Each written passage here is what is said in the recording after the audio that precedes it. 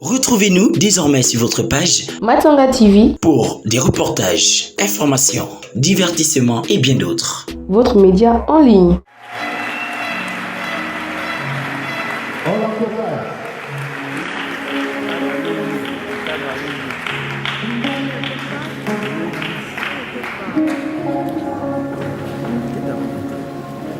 Shalom à tous.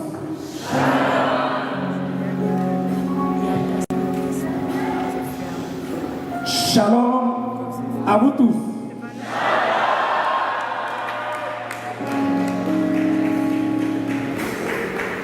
Excellence, Monsieur le premier vice-président du Sénat, représentant Madame la Présidente empêchée, Excellences, Messieurs les évêques, en vos qualités, rangs et à votre respectif représentativité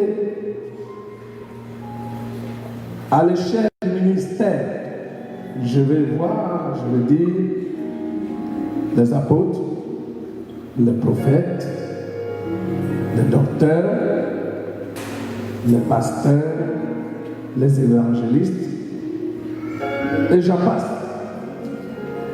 J'ai un grand respect pour chacun de vous. Un grand respect parce que vous servez un grand Dieu.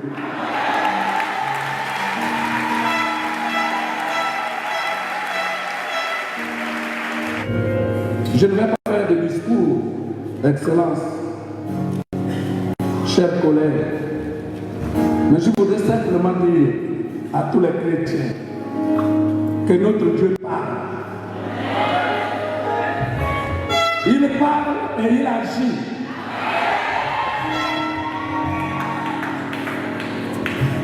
Lorsque je suis allé en France le 29,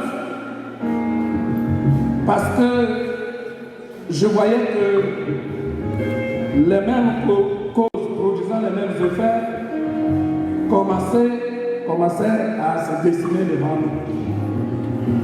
Je suis allé voir le candidat unique de l'opposition pour l'opposition principale, je vais dire radicale, parce qu'il y a deux oppositions. Je suis allé le voir. Je lui ai dit, à cette allure, on risque de reconnaître 2016. Dieu m'a fait grâce d'avoir des entrées au plus haut niveau de la France, au plus haut niveau de l'Union européenne.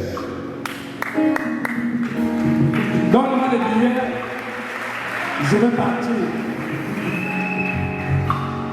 Et il m'a payé les billets. J'ai pris les résultats qu'on avait déjà compilés pour aller montrer à la communauté internationale, parce que c'est là-bas seulement où on pouvait avoir les médias et s'exprimer librement, étant entendu qu'au Gabon, tout était déjà fermé. C'est pendant mon vote que ce que j'avais fait avant s'est produit. Qu'est-ce que j'ai fait avant?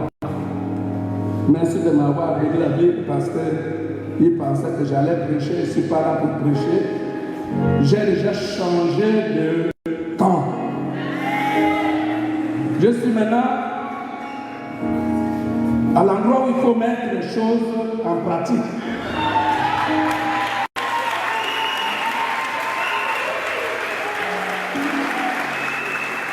Donc quand je vais en France, puisque les vols avaient changé déjà, les horaires n'étaient plus les anciens, et quand j'arrive en France le matin, On m'appelle pour dire qu'au Gabon, il y a eu coup d'État. Oh, je suis venu avec une vision et Dieu m'impose une autre. Donc, je vais maintenant à un rendez-vous avec deux options.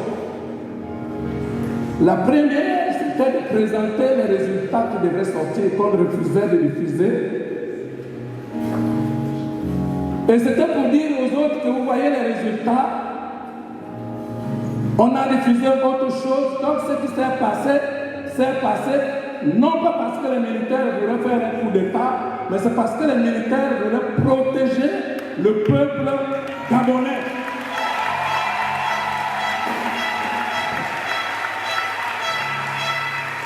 Et là-bas, on m'a dit ce qu'on m'a dit, on m'a donné les signes et ils m'ont demandé de rentrer maintenant. Et quand j'arrive ici, les signes se sont attendus. Donc je rentre vendredi à 11h46, je vais à l'église, les chrétiens m'appellent, je suis en train d'échanger avec les chrétiens, on m'appelle pour dire qu'il y avait réunion à l'hôtel de Radisson. Je suis parti à la réunion pour dire ce que j'ai dit là-bas, mais parce qu'on m'avait déjà dit que cette réunion devrait avoir lieu ici. Mais qu'est-ce que j'ai dit? Ce n'était pas ça, c'est pour dire qu'au Gabon, c'est vrai que ça s'appelle coup d'État, selon les Français, c'est leur langue. Mais pour nous, ce n'est pas un coup d'État. Pour nous, c'est une action salvatrice. Une légitime défense. Et si vous êtes toujours là, une légitime défense. Je voudrais honorer Dieu par la bouche de son serviteur qui vient de parler avec une certaine clarté et pertinence. Donc, tout cela, samedi, j'ai réuni la société civile parce que Dieu m'a fait grâce d'être aussi le président du consortium de toute la société civile. Et j'ai réuni donc la société civile pour examiner ce que la charte disait. Et là-dedans, nous nous rendons compte que la société civile a été oubliée. On se prépare, on dit bon, lundi, on va aller déposer le mémorandum. Et dimanche, je suis en train de prêcher. Dieu m'envoie dans la Bible. Et c'est un but d'action de grâce. Il m'envoie dans Josué chapitre 3, du verset 6 au verset 8. Que dit ce passage? Vous savez la Bible. Je suis obligé d'aller vite pour vous expliquer quelque chose qui s'est passé pour que votre humble serviteur soit assis à côté de mon éminent frère, collègue aujourd'hui, le vénérable Likouyou. J'étais en train de parler et il me dit, il faut lire Josué chapitre 3 du verset 6 au verset 8, et c'était mon jeune fils, Gédéon qui lisait. Quand il lisait, je dis, remplace le nom de Josué par Goussi. Josué n'est plus là aujourd'hui. C'est Goussi qui est là. Dieu ne parle plus à Josué, Dieu parle à Goussi comme Dieu parle à quelqu'un dans cette salle. Et parmi ceux qui m'écoutent, il dit dans Josué chapitre 3, excusez-moi si vous me le permettez, je vais lire quand même pour que vous ayez. À partir du verset 6, il dit ceci. Et Josué dit au sacrificateur, portez l'arche de l'alliance et passez devant le peuple. Il portait l'arche de l'alliance et il marchait devant le peuple. Au verset 7, l'Éternel dit à Josué, c'est le verset, le passage clé. C'est là où j'ai dit à l'enfant, il dit, enlève Josué Mengoussi.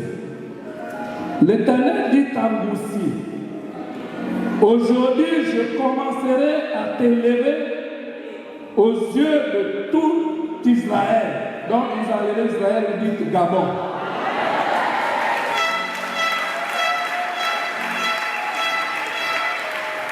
La raison c'est laquelle, afin qu'il sache que je serai avec toi comme j'ai été avec Moïse. Dès qu'on est arrivé là, j'ai vu quelqu'un venir avec un bout de papier. Pendant que j'étais en train de parler, je regarde le bout de papier, le président vous reçoit dans 15 minutes.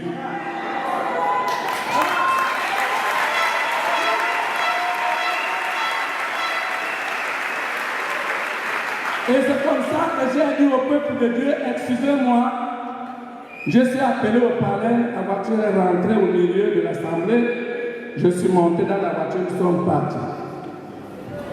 Quand on arrive au palais, voilà la nomination de votre humble serviteur.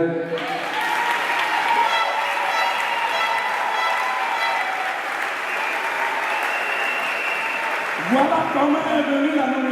Votre humble serviteur qui suis devant vous. Je suis venu annoncer cela au peuple de Dieu et à 20h, j'ai encore été rappelé, je suis reparti. C'est pour vous dire que Dieu n'est pas bête. Le Saint-Esprit qui a parlé ce matin par la bouche de son serviteur n'est pas fou. Quand le candidat venait me voir, mais parce que quand Dieu fait grâce, ceux qui vous rejettent, comme disait le bien-aimé, c'est ceux qui sont jaloux, qui veulent qu'ils devraient, ils pensaient qu'ils pouvaient être à votre place. Mais non, aucun homme n'est à la place que l'autre. Aucun homme ne sera à la place que l'autre. Nous sommes uniques. Nous sommes uniques. Ne cherchons pas à remplacer les autres parce que nous n'allons pas réussir. Je disais aux candidats, parce que Dieu m'a fait encore cette grâce, en 2016 c'était le cas, de pouvoir rassembler tous les candidats derrière un seul. En 2023, il a réitéré la même grâce. Vous suivez ce que je vous raconte, nous sommes au Gabon, vous voyez dans les réseaux sociaux, dans nos chaînes de radio et de télévision, les actes que j'ai posés par la grâce de Dieu.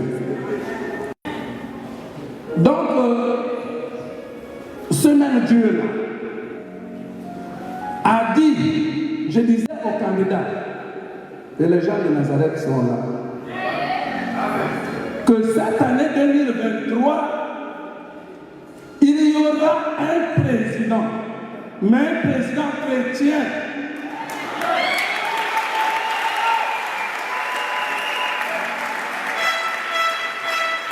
Et je leur disais que le chrétien n'est pas forcément l'évêque, le pasteur ou l'archevêque. Le chrétien, c'est celui qui a la crainte de Dieu.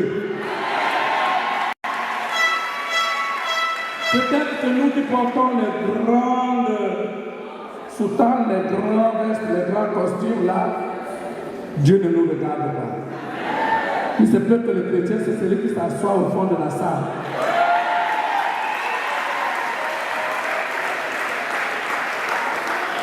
Et tous les pasteurs qui étaient candidats, et dans cette salle, il y en a. Il y a des prophètes qui étaient candidats. Je le leur ai dit.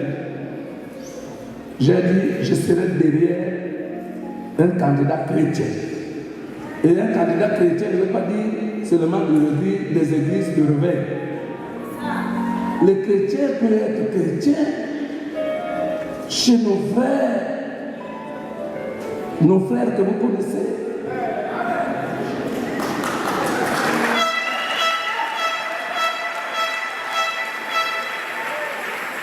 Le chrétien, c'est celui qui a la crainte de Dieu.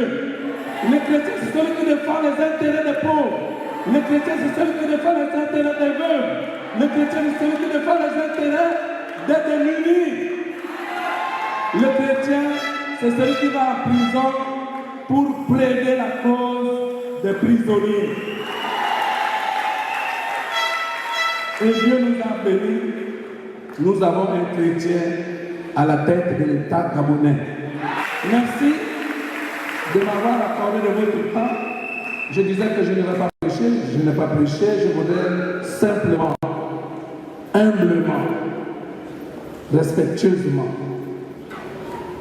inviter ici celui qui représente notre présidente, le vénérable Luc Oyoubi, qui va vous donner la pensée de notre présidente qui n'a pas pu effectuer son déplacement ici. Vénérable, s'il vous plaît. Merci. Nous l'encourageons, ce merveilleux frère qui a toujours soutenu l'Église. Il est toujours derrière l'Église.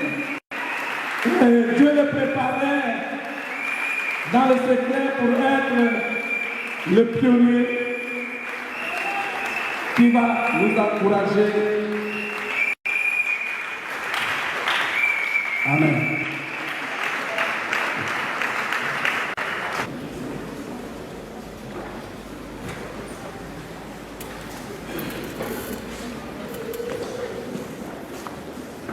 Excellences, messieurs les évêques,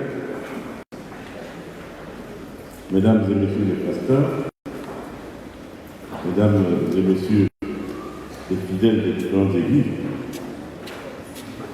je vous m'excuserez si ma terminologie n'est pas conforme à celle des églises, parce que autant j'ai l'habitude de parler devant les étudiants, j'ai l'habitude de parler devant les militants de parti, j'ai l'habitude de parler devant les électeurs, autant c'est la première fois que je m'adresse à des fidèles.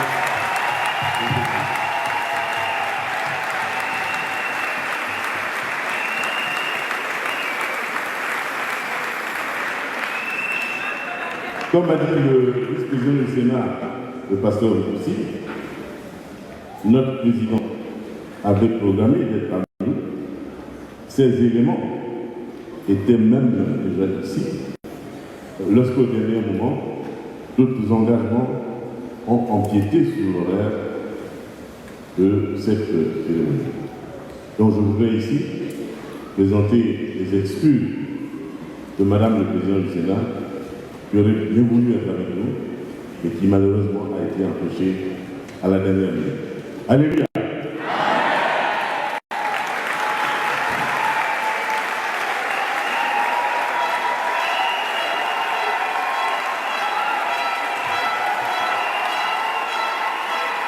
Donc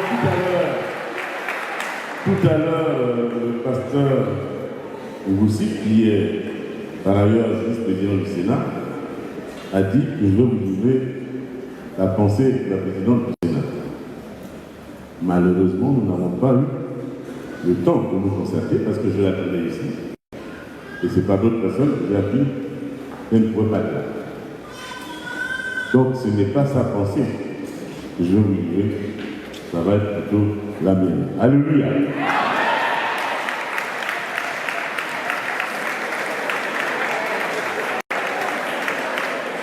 Donc je voudrais, pour commencer, remercier les hommes d'église qui ont bien voulu inviter notre institution, qui est le Sénat de la Transition, et par le biais du Sénat de la Transition, l'ensemble des institutions de transition. Donc merci de nous avoir invités à cette cérémonie. Je voudrais également dire merci pour toutes ces prières pour les institutions de la transition. Parce que Dieu a déjà fait son travail. Alléluia.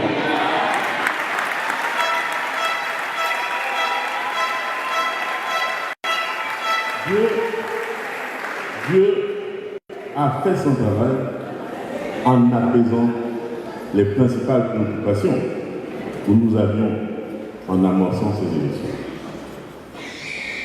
La principale préoccupation, c'était cette question des violences post-électorales.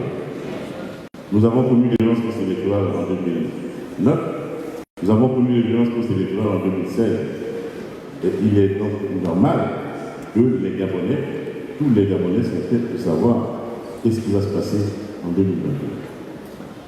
Et là, Dieu a mis la dextérité, la sagesse au service du comité de transition pour pouvoir opérer un changement de régime sans effusion de sang. Alléluia.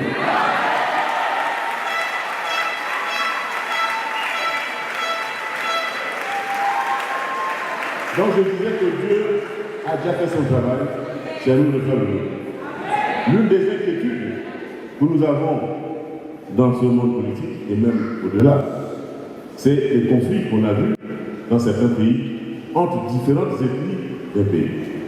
Et là aussi, Dieu nous a apporté la solution en mettant à la tête du comité de transition quelqu'un, un président, qui est un trait d'union entre les différentes ethnies. Alléluia.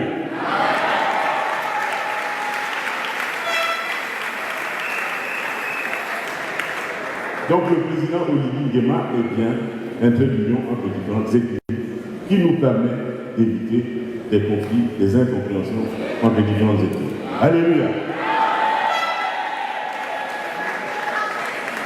L'une des craintes aussi, c'était des incompréhensions entre les différentes provinces. Là aussi, la stigmatisation était l'une des craintes des uns et des autres.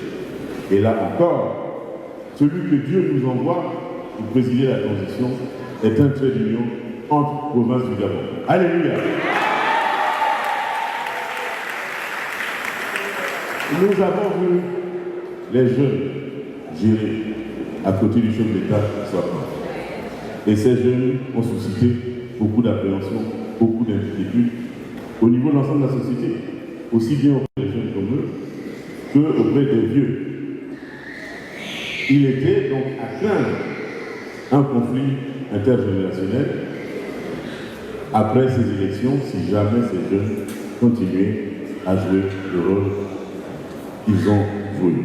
Et là encore, Dieu nous a trouvé la solution en envoyant comme président du comité de transition le général Olivier, qui a un art à mi-chemin entre les jeunes et les vieux pour nous permettre d'éviter le conflit intergénérationnel.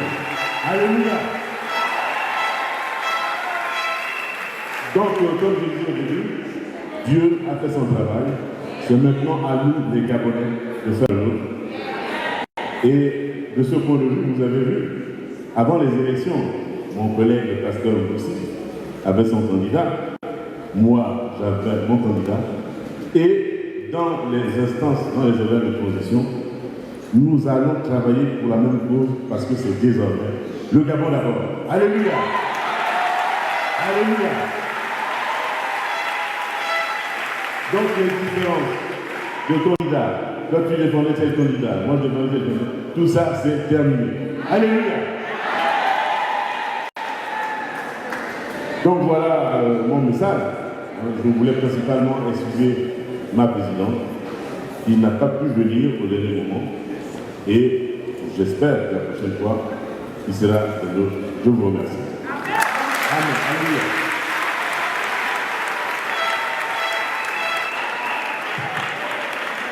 Alléluia. Alléluia. Le vénérable sénateur a reçu l'inspiration divine. Est-ce qu'on peut acclamer le Seigneur pour lui?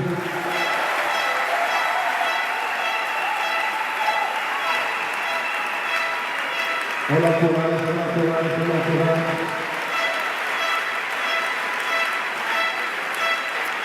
On l'encourage.